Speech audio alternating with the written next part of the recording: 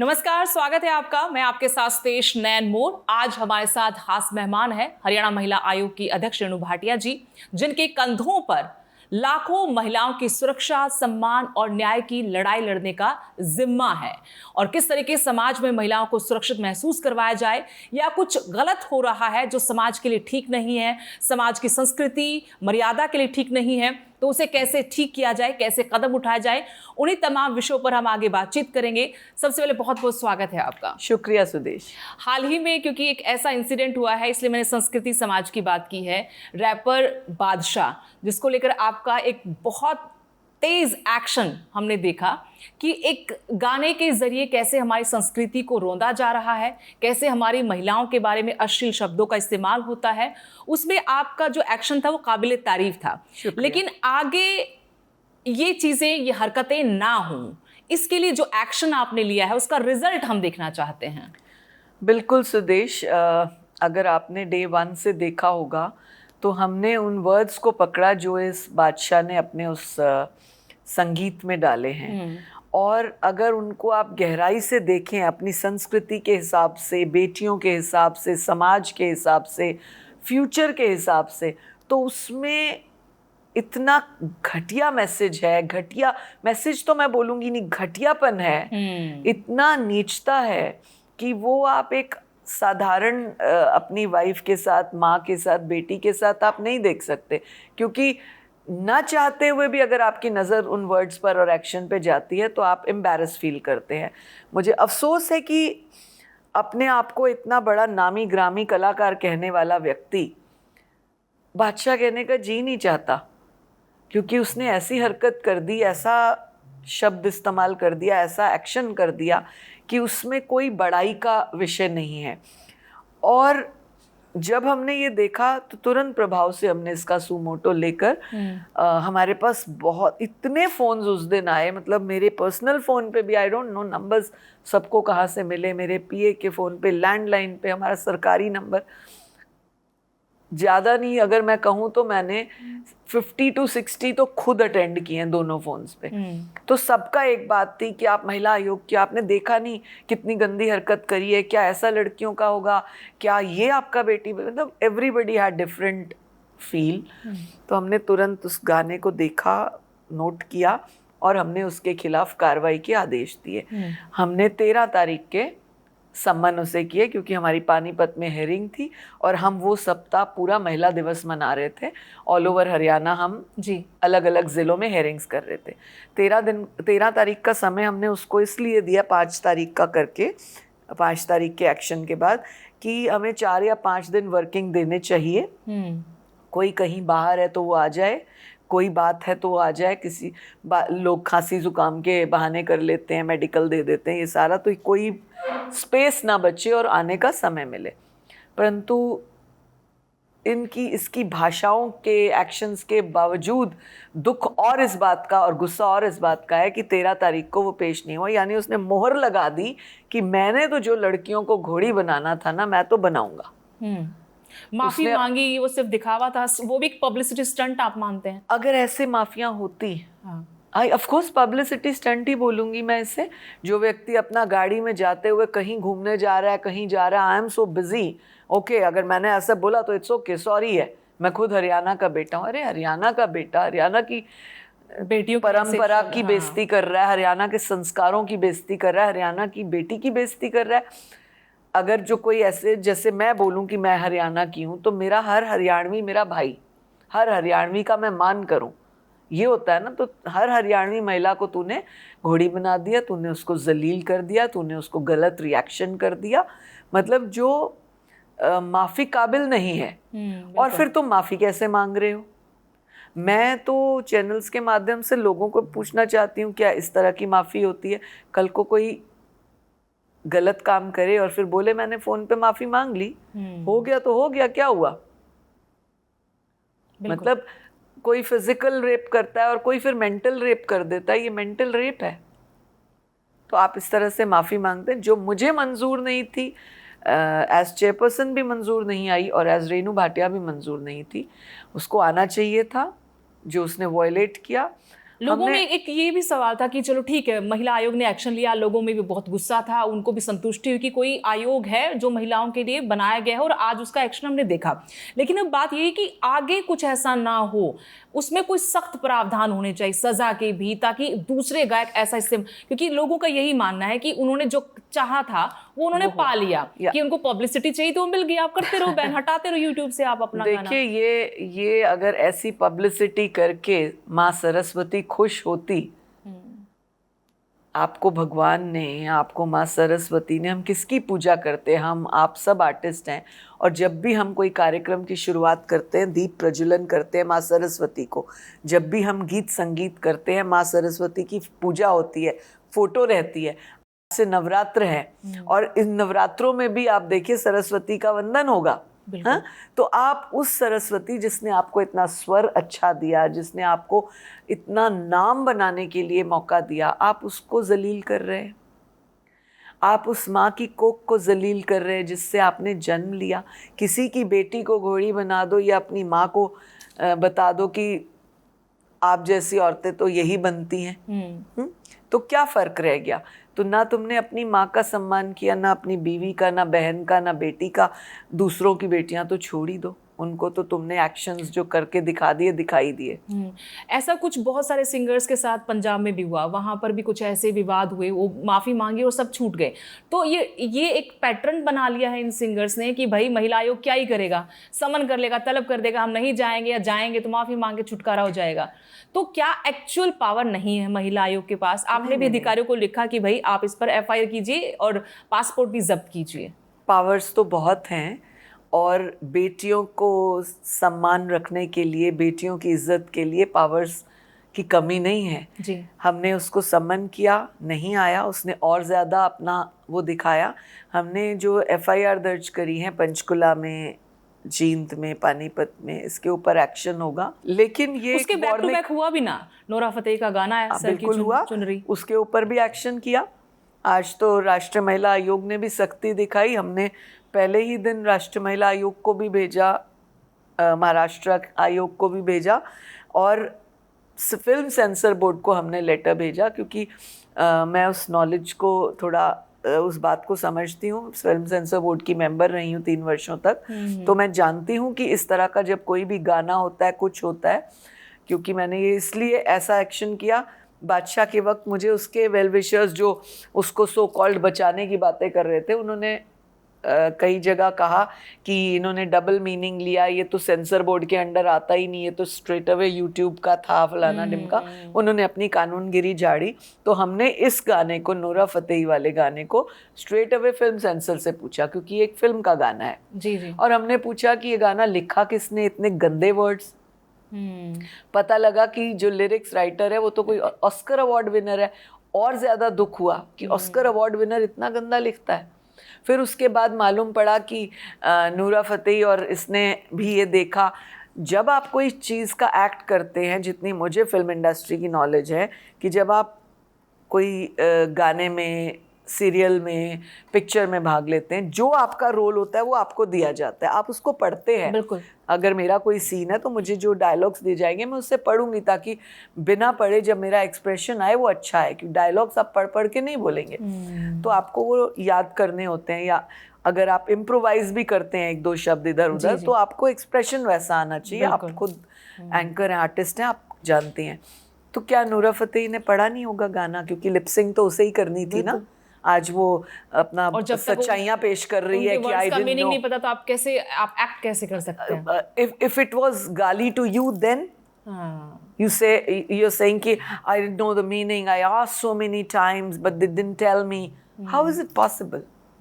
हाँ, मैं कोई गाना कर रही हूँ, मैं उसका एक्सप्रेशन भी वही ला रही हूँ जो गाने के वर्ड्स हैं, without knowing the meaning, without knowing the lines, how can you give a good ऐसा expression? ये सरासर झूठ है। और फिर संजय दत्त ने भी गाना सुना होगा, बिल्कुल सुना है ना। फिर उसके बाद जिसने शूट किया, जिसने डायरेक्ट किया, जिसने गाना गाया, गाया कैसे? The singer.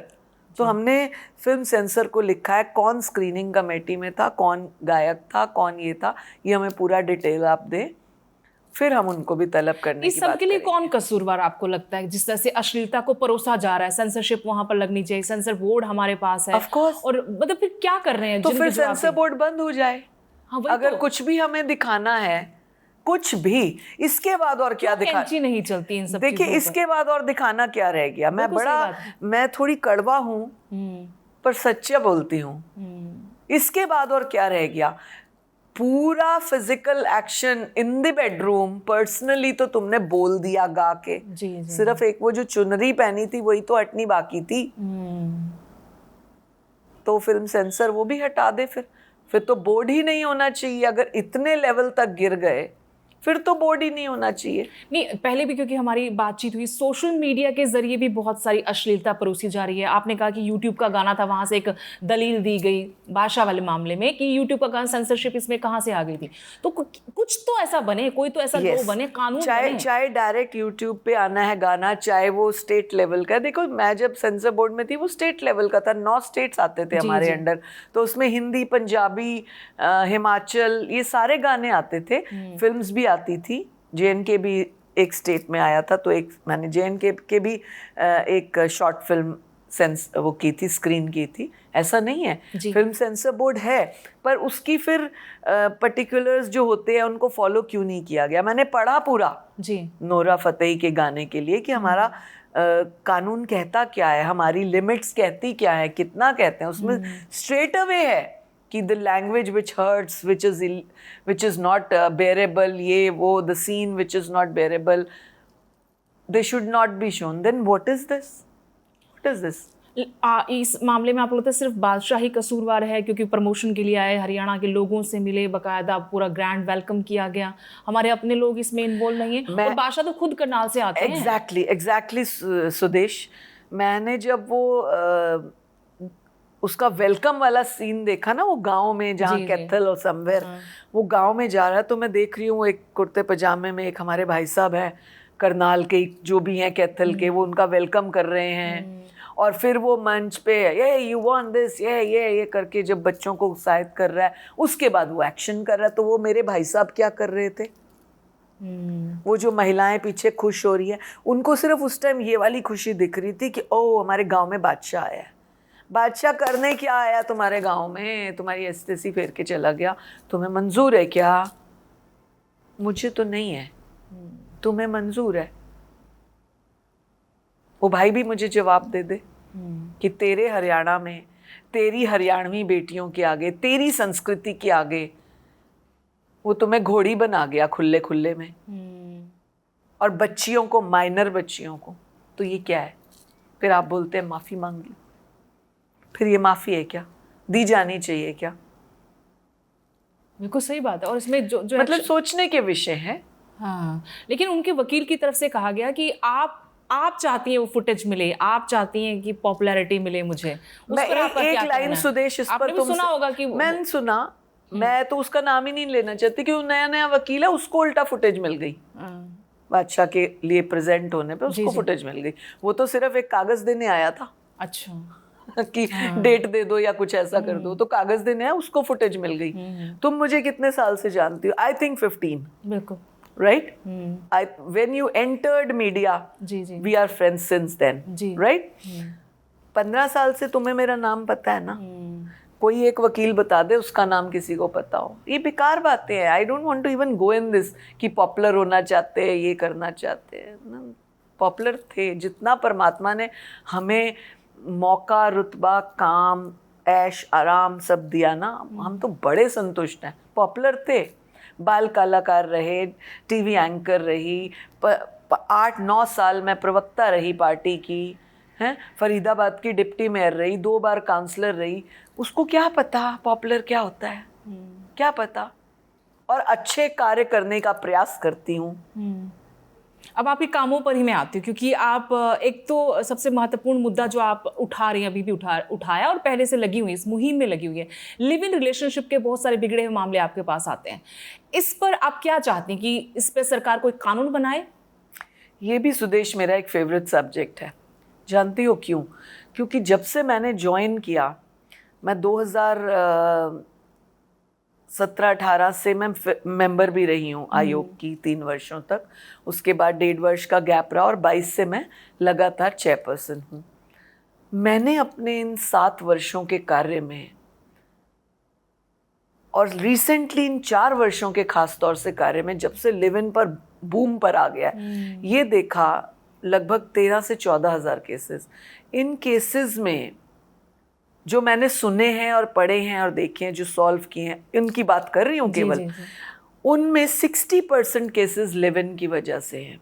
Just because live in का कोई क्लियर कानून नहीं था, कहीं किसी राज्य ने कोई फैसला दिया, किसी ने कोई, हरियाणा ने कोई, तो लोग इधर वाले जो उनको बेनिफिट उस राज्य के फैसले के मुताबिक चल पड़ते हैं। चाहे ये फैसला करो, हम कोर्ट का आदर करते हैं, कानून का मान सम्मान करते हैं, जुडिशरी का मान करते हैं, परंतु हमारा परिवार भी जब होता है, माता पिता जज होते हैं घर के, अगर उनकी भी कोई ऐसी चीज़ जो परिवार को ठीक नहीं चला रही, तो वो भी ठीक करते हैं कि नहीं नहीं, मेरे बच्चों में ये दिक्कत आ रही है इस वजह से, तो हम ये पैटर्न फैमिली का चेंज कर दें, इस पैटर्न पे चले जिसमें बच्चे प्रॉपर ठीक हो। मेरा लिव इन के खिलाफ सिर्फ एक ही मुद्दा है कि अगर लिव इन की वजह से कई परिवार खराब हो रहे हैं, तो क्यों हम उसको बॉन्ड नहीं करते, क्यों हम ऐसी कोई बाउंड्री नहीं बना रहे, क्यों हम ऐसा कोई सिस्टम नहीं बना रहे जो समाज के लिए बेहतर हो। मैंने आज तक ऐसी कोई लड़की नहीं देखी जो लिव इन में खुश हो, चाहे वो मैरिड है चाहे अनमैरिड है। अगर वो कोई मैरिड, अब तो मर्डर के कितने सारे केसेस ऐसे आते जिनका लिंक यही मिलता है। तो फिर बताओ हम कैसे कह सकते हैं ये होना चाहिए, it is time of, it is demand of the time, it is need of the hour. मैं एक छोटा सा ना, अगर आपके पास समय हो तो रख लेना, अदरवाइज बेशक काट देना, लेकिन इम्पोर्टेंट है। मैं एक बार एक लॉ कॉलेज में बुलाई गई बोलने के लिए। अब मैंने कहा यार, लॉ स्टूडेंट्स को मैंने क्या बताना है, वो तो खुद ही लॉयर है। तो मुझे ध्यान आया लिव इन, तो मैंने ना 2 बच्चे बुला लिए लॉयर्स जो फाइनल ईयर में थे।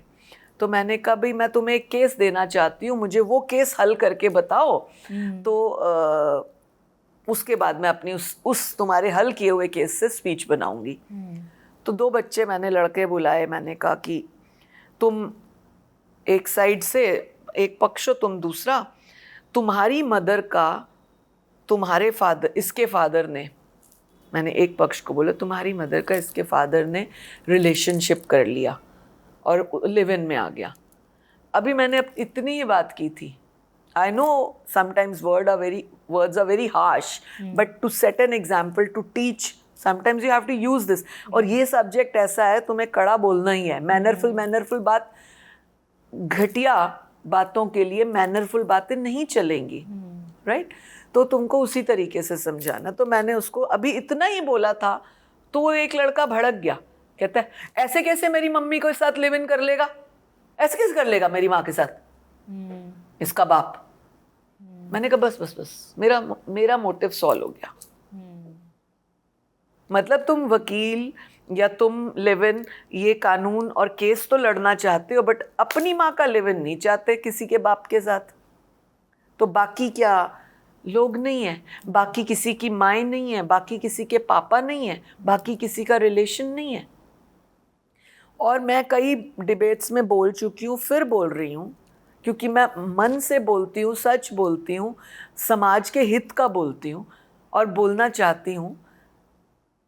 एक भी आदमी ऐसा बता दो, एक्सेप्शंस आर ऑलवेज देयर, करोड़ों में एक हो जाएगा तो अलग बात है, बट एक भी आदमी ऐसा आ जाए, मैडम मैं लिव इन में खुश हूँ और मैंने अपनी पत्नी को छोड़ दिया, बच्चे छोड़ दिए, जाए भाड़ में, मैं अब लिव इन में रहूंगा, चलो ये हो गया। एक भी आ जाए, नहीं आया कोई अभी तक। मैंने कई डिबेट्स में बोला, कई इसमें बोला। अब क्या कानून आ गया कि जो पत्नी किसी के लिव इन में रहेगी, या पति अगर किसी पत्नी के अलावा, बच्चों के अलावा किसी को लिव इन में रखता है, तो उसको उसका खर्चा, उसकी प्रॉपर्टी देनी पड़ेगी। एक महिला, तू और मैं भी मदर्स हैं, एक महिला आ जाए जो अपनी सौतन को अपने बच्चे का अधिकार देती है, बिल्कुल, तो ये लड़ाई का कारण है कि नहीं?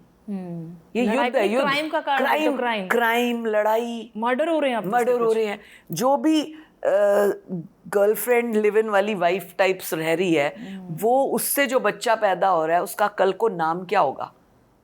और आपके पास तो ऐसे भी बहुत सारे केसेस आते हो कि 10 साल लिव इन में रहे, 5 साल लिव इन में रहे, उसके बाद उसने छोड़ दिया, फिर वो रेप का केस डालती होंगी। बहुत 376 डालती है। और ऐसे केसेस आते हैं लड़की को पता ही नहीं है लड़का मैरिड है, अपने बॉस के साथ है, बच्ची पैदा हो गई। एक हमारे पास है केस करनाल पानीपत साइड का, कोई ऐसा ये जो बाहर भेजने वाले होते हैं, वीजा वाले और इस वाले, वो लड़की जॉब करने आई, उसका बॉस के साथ लिव इन हो गया, आशिकी हो गई, उसके 2 बच्चे थे 8-8 साल के, उसने बताया ही नहीं मैं मैरिड हूँ, उनका रिलेशन हो गया, फिजिकल हो गए, 5 साल से रिलेशनशिप में, 4 साल की बेटी है। अब उसे पता लगा, वो तो शादीशुदा है, वो भी तब पता लगा, एक दिन घर ऑफिस आई उसकी वाइफ, तो उसने कहा ये कहाँ है? वो कहे ये कौन? मेरे हस्बैंड, तुम्हारा हस्बैंड कौन? फलाना है तेरा हस्बैंड, वाइफ तो मैं हूँ, ये देख मेरी बच्ची भी है, हम ये।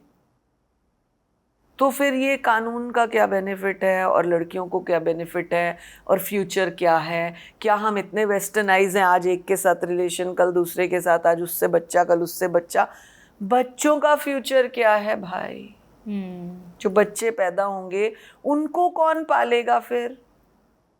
क्योंकि अगर एक लड़की या एक लड़का 2 या 3 या 4 रिलेशंस रख ले, क्योंकि लिव इन तो ऐसी आज़ादी है, तो उससे भी बच्चा, उससे भी बच्चा अगर हो गया तो तीसरा वाला ना उसका बच्चा रखेगा ना उसका बच्चा रखेगा। बच्चों का क्या कसूर है? एक मेरे पास फरीदाबाद का ऐसा भी केस आया जिसमें मैंने बहुत डांट लगाई, मन से डांट लगाई, कानूनी बनती है नहीं बनती मुझे नहीं पता, मैंने मन से डांट लगाई।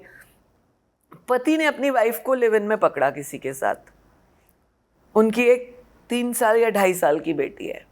पति को गुस्सा आया, पत्नी ने छोड़ने को राजी नहीं हुई और थोड़े दिन बाद पति भी किसी के साथ रिलेशन में आ गया।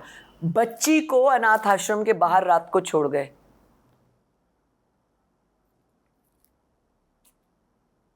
वो भी मौज, वो भी मौज, वो बच्ची अनाथ आश्रम के बाहर। उस बच्ची ने क्या कसूर किया भाई?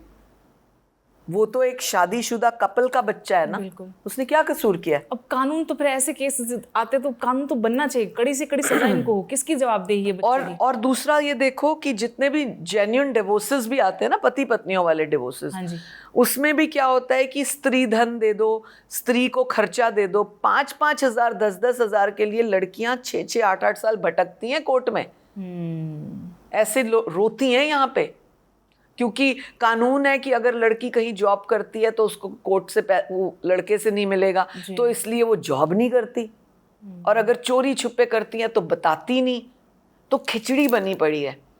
और ये सोचो कि उस 5,000 के लिए वो लड़की अपनी पूरी जवानी खराब कर रही है, दोबारा कहीं मैरिज नहीं हो पा रही। तो ये सोचो, जो आदमी पति तलाक के लिए अपनी ओरिजिनल वाइफ को 10,000 5,000 नहीं देना चाहता, मतलब जिसकी औकात 5-10 हजार देने वाली है उतने के कोर्ट मेरे, जो और रिच है और रिच है, हर एक का अपना हिसाब, जो वो ही नहीं देना चाहता, तो क्या वो अपने इस कानून को फॉलो करेगा कि मुझे अपनी पहली वाइफ के बच्चों को आधा अधिकार देना है? क्या वो जो सौतन है, so called Sautan I will say, और गर्लफ्रेंड और वाइफ और live in, whatever you want to name it, क्या वो देगी? So this is all, you know, जो मैंने नोट किया, ये एक ऐसी खिचड़ी बन गई है जिसमें पता ही नहीं लग रहा कि बासमती चावल है कि टुकड़ा चावल है, कि और चावल में दाल कौन सी है, और इसको कैसे ठीक भी किया जाए। मतलब ये भी विडंबना है कि इसको ठीक कैसे किया जाए, लीगली करें कि तो वो कानून वैसा जैसे खिचड़ी बनती है ना, उसमें कहते हैं कि चावल में ये दाल इतनी डाल दो, ये दाल इतनी डाल दो, ये दाल इतनी डाल दो, सेहत के लिए अच्छी है, सबका आपको वो खिचड़ी में मिश्रण मिलेगा। लेकिन ये एक लड़की डाल दो, दूसरी लड़की डाल दो, तीसरी डाल दो, एक आदमी डाल दो चावल के नाम पर, तो वो तो खिचड़ी ऐसी बन गई और ऐसी लड़ाइयाँ होती हैं। कई बार यहाँ पर लड़ाइयाँ हो जाती है, हमें पुलिस बुलानी पड़ती है, इतना गाली गलोच, इतना गंद बोलते हैं। अब मैं आपसे पूछना चाहती हूँ कि बहुत बार ये सवाल उठता है कि जो आयोग है बेसिकली वो इन्फ्लुएंस में रहता है गवर्नमेंट की, कभी आपको ऐसा फेस करना पड़ा किसी केस में? नहीं, नहीं। आपकी अपनी ताकत क्या है? यस, हमारा अपना एक स्टैट्यूटरी बॉडी है जिसमें हम अपनी बात करते हैं। जो कानून कहता है, जो लॉज हैं, जो बेनिफिट फॉर द विमेन है, जो उसके फ्यूचर का राइजिंग फ्यूचर जिसमें हमें दिखता है, हम वो करते हैं। लेकिन touch wood, with God's grace, जितना भी मैं कर पाई, जितनी भी भगवान ने मुझे शक्ति हिम्मत दी, मैं उसके लिए बहुत शुक्रगुजार हूँ। और सरकार की शुक्रगुजार हूँ कि जब जब भी कोई ऐसे केसेस आए और सलाह भी करनी पड़े कहीं, तो मैंने सलाह भी की, लेकिन मुझे कभी भी रोका नहीं गया। सरकार की ये खट्टर सरकार की भी बोलूँगी, सैनी सरकार का भी बोलूँगी, क्योंकि खट्टर सरकार के समय में एक जिंदल यूनिवर्सिटी का केस आया था, मुझे कभी नहीं रोका गया, और वो केस बहुत बुरा था, है ना। बच्चियाँ उनको वो एक कोई ऐप में जोड़ा जा रहा था। जी। तो वो तो ऐसे मुझे कभी भी प्रेशर नहीं आया, और मैं भी अपना अधिकार भी और फ़र्ज़ का बैलेंस भी जानती हूँ कि जो कानून की दृष्टि से भी ठीक हो, समाज की दृष्टि से भी ठीक हो, और दोनों पक्षों की दृष्टि से भी ठीक हो। और सरकारों ने हमेशा सच का साथ दिया, न्याय किया है। लेकिन क्राइम अगेंस्ट विमेन कम हुआ है, बढ़ा है? सरकार के जो दावे हैं वो सही हैं, या जो आप ज़मीन पर जाकर देखती हैं वो सही है? अलग अलग बात है। क्राइम कम हुआ है, जागरूकता ज्यादा हुई है। अच्छा, मीन्स कि शिकायतें इसलिए आ रही हैं ज्यादा क्योंकि लोग अवेयर हो गए हैं। देखो, बहुत लोगों को ये नहीं पता था कि अगर ऑफिस में छेड़ देता है कोई, बॉस तंग करता है, तो किसको बोलना है। पॉश एक्ट की जानकारी हम कॉलेजेस, यूनिवर्सिटीज और वर्किंग प्लेसेस में दे दे के बहुत लड़कियों को ये पता लग गया। एक बार मैं कहीं ट्रैवल कर रही थी यूरोप, तो जब वापसी की फ़्लाइट थी, इंडियन गर्ल थी और हरियाणा की थी, फ़्लाइट अटेंडेंट। तो ऐसे ही हेलो हाय हुआ, और उसने बताया कि मैं भी हरियाणा की हूँ, तो मैंने उसे अपना कार्ड दिया। उसके गांव में एक बार एक दिक्कत आई, तो she had that card and she तो ये जागरूकता हुई कि उसको मैंने कार्ड दिया था, उसने उसको बताया, और वो लड़की मेरे पास आई। उसका NRI केस था। अच्छा। तो फिर उस केस को हमने सॉल्व किया। पोर्चुगल का केस था, आपको ध्यान हो कि हमने वो लड़का भी फिर बुला लिया।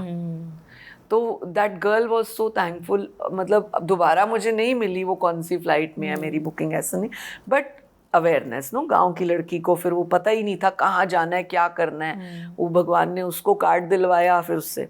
सो अवेयरनेस बहुत होगी, इसलिए लिस्ट ऑफ केसेस बढ़ गई। दूसरा, लिव इन की वजह से केसेस का डाइवर्जन हो गया। लिव इन का कोई फिक्स कानून नहीं बना, सबको बचने के तरीके आ गए, क्योंकि फला जगह के कानून कहता है कि ऐसे कर सकते, तो वो फॉलो करते हैं। तो इस चक्कर में सबने डोमेस्टिक वायलेंस देना शुरू कर दिया पति के खिलाफ, क्योंकि पति दूसरी औरत के साथ चला गया, पत्नी अब क्या करे, बच्चे कहाँ ले जाए, तो डोमेस्टिक वायलेंस, मुझसे ये मांगते हैं, ये मांगते हैं। यहाँ आ जाता है छोड़ने वाली बात, म्यूचुअल अंडरस्टैंडिंग में डिवोर्स कई बार नहीं देना चाहते। तो ये सारा एक अवेयरनेस की दृष्टि से बना है। गलत कारण को भी सही करने के लिए अवेयरनेस की ज़रूरत है।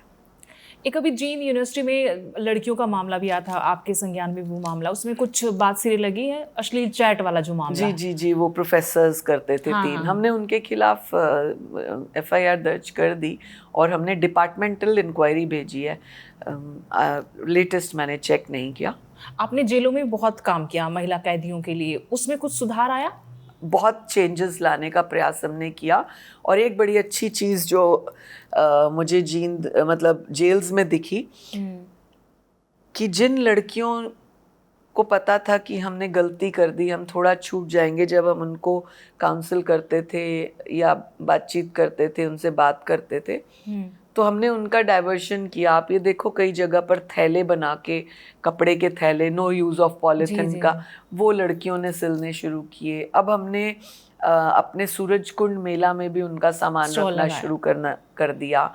तो जितनी भी जेल्स में हम जाते हैं, जहाँ पर जैसे सूरजकुंड मेला पर सरस मेला, दीपावली मेला, इन सब जगहों में, पंचकुला, रोहतक, फरीदाबाद, जहाँ जहाँ भी ये मेले लगते हैं, इनमें जो जेल वाला काउंटर होता है उसमें हम उन महिलाओं का भी सामान रखते हैं।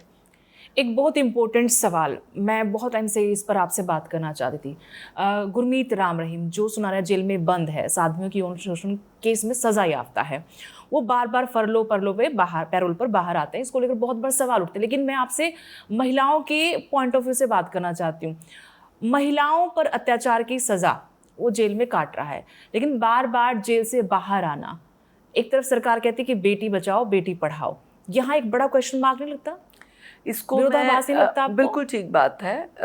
हर एंगल से बात को हम देखते हैं, जजमेंट भी करते हैं, उसका सल्यूशन भी करते हैं, पर यहाँ पर ये कानूनी जो भी प्रक्रिया उनके लिए चल रही है वो उसको फॉलो किया जा रहा है। आई थिंक जो उनके लिए धाराएं लगी थी महिलाओं के खिलाफ भी, उनकी रिलीज की भी, वो अकॉर्डिंगली उसके चल रहे हैं। मतलब वो आपके अधिकार क्षेत्र में नहीं आता? मतलब नहीं, वो आप हमारे कुछ नहीं कर सकते? नहीं, वो हमारे अधिकार क्षेत्र में नहीं, क्योंकि हार्डकोर क्रिमिनल है। नहीं, ऑलरेडी उसके ऊपर जो भी उसने विमेन ओरिएंटेड जो भी उसके ऊपर धाराएं लगी थी वो ऑलरेडी लगी हुई है।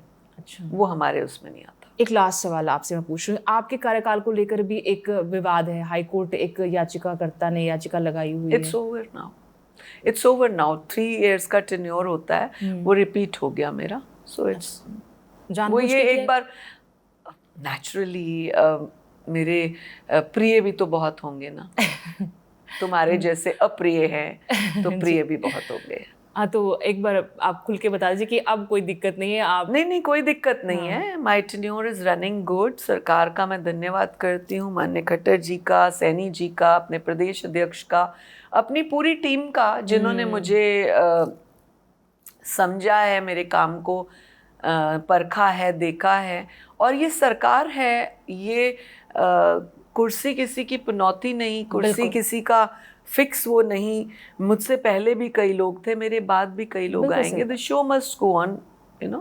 लेकिन सबसे मुश्किल अभी तक आपको कोई केस ऐसा लगा कि अब बहुत मुश्किल है ये केस? केस मुश्किल नहीं, दुखद या एक लड़की है अभी भी करनाल, आई थिंक करनाल बंद है वो, who had murdered her husband just because he was a psycho. He was troubling her daughter and son. तो बहुत पैसा है, बहुत अच्छा घर है, सब कुछ है, बट वो उस आदमी साइको। तो जब वो पत्नी को मारता था सालों साल तक, 15-18 ईयर्स की शादी थी शायद, और 15 ईयर्स की जो डॉटर थी उसको जब मारा तो पत्नी said no, now it is enough.